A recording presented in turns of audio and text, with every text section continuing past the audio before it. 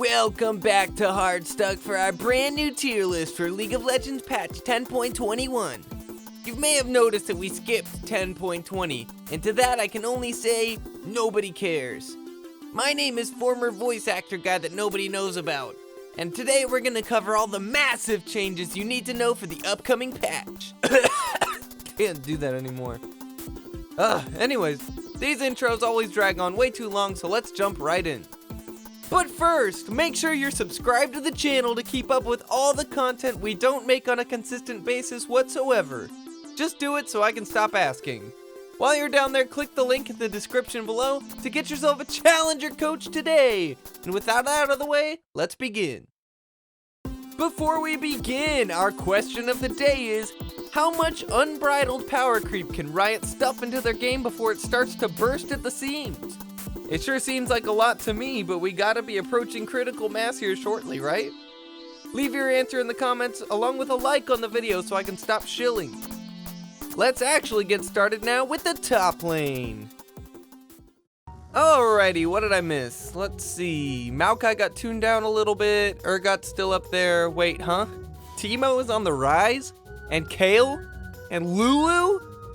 Ah, god! This is why we can't have nice things. I skip one damn tier list and the whole thing goes to hell. What, should I be expecting a Donghwap video on some obscure Challenger Teemo one trick? God, as long as this doesn't catch on. Looks like melee champs are off the menu, boys. Especially Camille after this nerf. Like, really? On the list of a million things that make Camille obnoxious, this is like 999,651. Maybe try the Sheen Burst True Damage Grasp Heal proc into Inescapable Ult Cage and Free Shield? Come on, Riot. Darius win rate is actually below 50% for the first time in a while, but I'll be thoroughly decomposed before I ever take him out of Broken Tier. Fiora isn't going anywhere either. And in all honesty, neither of them are actually that busted in the grand scheme of things, especially in a season like this. But their kits are so stuffed full of the most frustrating things possible, especially in the 1v1 situations that make other top laners so helpless against them. Keep banning them out. Honestly, it looks like top lane might switch to a more weird meta to counteract all these ranged picks.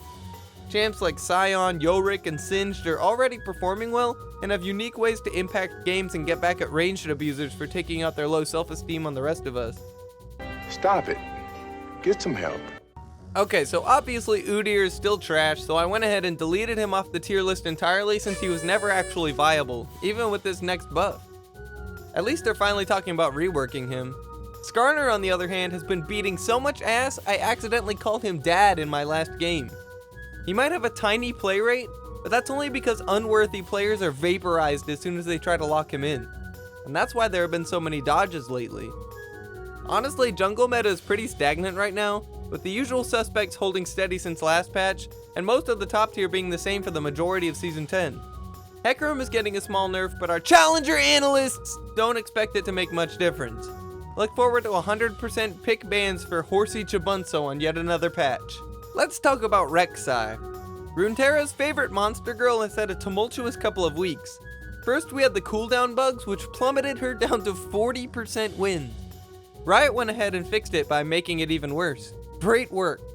I'll add 100 years of game design for that. Anyways, after it was actually fixed, then Rek'Sai had another bug basically giving her free Mobies whenever burrowed. When buying actual Mobies, Rek'Sai essentially had permanent Predator Metro zooming her way around the rift to the tune of 60% wins before being actually fixed. Thanks, Riot.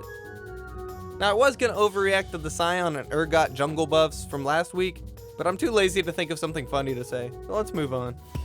As desperately as Riot wants Ahri in the meta right now, it's no surprise that her constant buffs have rocketed her into Broken Tier to the delight of furries everywhere. She must be getting a new skin, right? Feel free to indulge your animalistic fetishes with League's favorite fox girl, as she's rocking 52% wins in all ranks, offering a variety of value to your team. Make sure to buy some skins while you're at it. Ahri's wave clear got buffs and quality of life changes, which improves one of mid lane's most impactful skills. She can stymie assassins, wreck in team fights, and still one-shot squishies. Are you sure she's not getting a skin this patch? Katarina is always dangerous in the right hands, but she got a bit of an early game nerf recently which keeps her from rising in the tier list. And Kassadin is basically in the same situation. Zed, Annie, and Galio aren't going anywhere soon without massive changes. This one is a little bit scary, but Yone's win rate is rising, especially at higher elos. We knew it would probably take a while for people to master his kit, but it appears 2020 still isn't done making us miserable.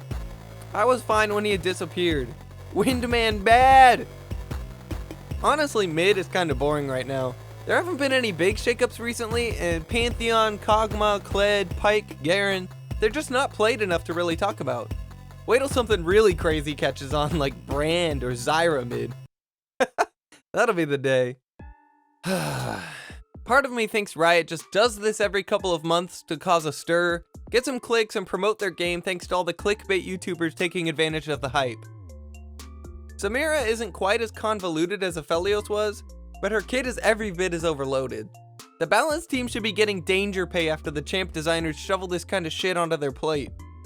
She's already got drastic hotfix nerfs, and now she's getting nerfed again. I'm a little scared that Samira is going to be one of those champs that's never good, but always has that slight percentage of popping off and ruining the game for everyone else. Sort of like Yasuo, Nidalee, or Ryze. It'd be unfortunate because I know a lot of people were excited for her unique design. Unfortunately, when you overload the kit with a moving 360 wind wall and a moving, critting, life-stealing Katarina ult, chances are the champ is never going to be in a healthy place. A+, Gold Star, Blue Ribbon Riot, you've really outdone yourselves this time around. 400 plus years. Like I mentioned in other videos recently, bot lane is actually sort of balanced. The slightly higher win rates of Misfortune, Jhin, and Jinx are offset by the people who still insist on playing Samira, Lucian, and Kai'Sa, even though they're awful. All in all, we're back to bot lane being strictly support difference. And speaking of which, thank Lulu finally got tuned down. It wasn't drastic, but hopefully this will bring her play down enough so I don't have to have nightmares about being turned into a stuffed animal anymore. Shut up, I'm working through some stuff. Replacing Lulu in top tier is Alistar, who's been cowbelling his way up to 52% wins across all levels of play. If you can manage not to bork up your WQ combo, Alistar can literally carry teamfights. But if you mess it up, well, have fun doing the walk of shame, trying to pop your E stun before you die. Alistar's greatest strength is tower diving, which is underutilized by most players. As soon as you hit 6, just charge straight in and smash your face onto the keyboard. Your team will follow up on it, and that's a Hardstuck guarantee. Leona and Rakan have also been solid S tier picks this patch. Then you have Janna, Bard, and Maokai still holding the highest win rates with any sort of regular play, and it makes sense. They're all really strong right now, with versatile kits capable of high agency, and the ability to carry games without needing to stack full damage. But you know what? You should stack full damage anyways. Tell them I sent you. Have fun. This concludes another horrible Hardstuck tier list video. If you hated it as much as I hated making it, you're obligated to subscribe. Them's the rules.